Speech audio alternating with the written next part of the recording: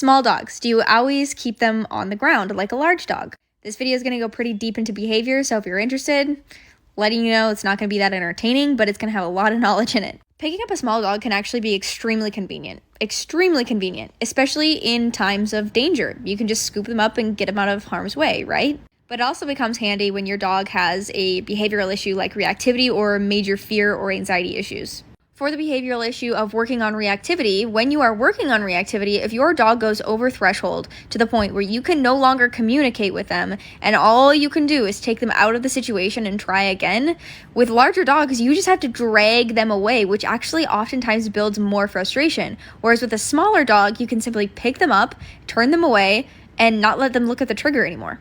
Obviously, you have to be careful of not pattern training this, especially if it's reacting out of fear, but it can be a really, really helpful tool. Now, if we're talking about reactivity or just severe general anxiety to new situations, people, extreme fear to those types of situations or people, it can become really handy in actually using it as a tool to help them bond with people. So we'll use this dog in the video as an example, just terrified of life, terrified of literally everything. We asked the mom if she noticed a difference in behavior when she picked the dog up versus when she was on the ground, and she said a little bit, but she doesn't know for sure. And I didn't want to test this because the dog was not comfortable with being touched, so I wasn't going to pick it up.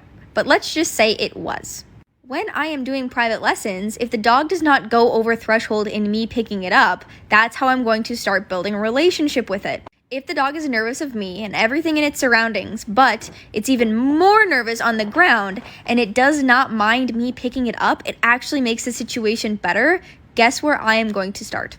That's where I'll be feeding food from, with it scooped right underneath my arm, because we took in its stress level from a 10 to a 7, which is a much better state to be learning in. Then slowly, in specifically curated training sessions, I will build its confidence on the ground until dogs actually start to become more confident on the ground than in your arms. Do I encourage every single time your fearful dog gets scared of something to pick them up? No. Do I encourage you to carry your small dog around with you all the time? No.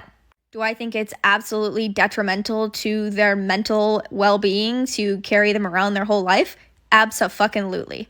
We've seen all the videos on TikTok, right? But use it to your advantage. This is what we call holistic and relationship-based dog training. That's me.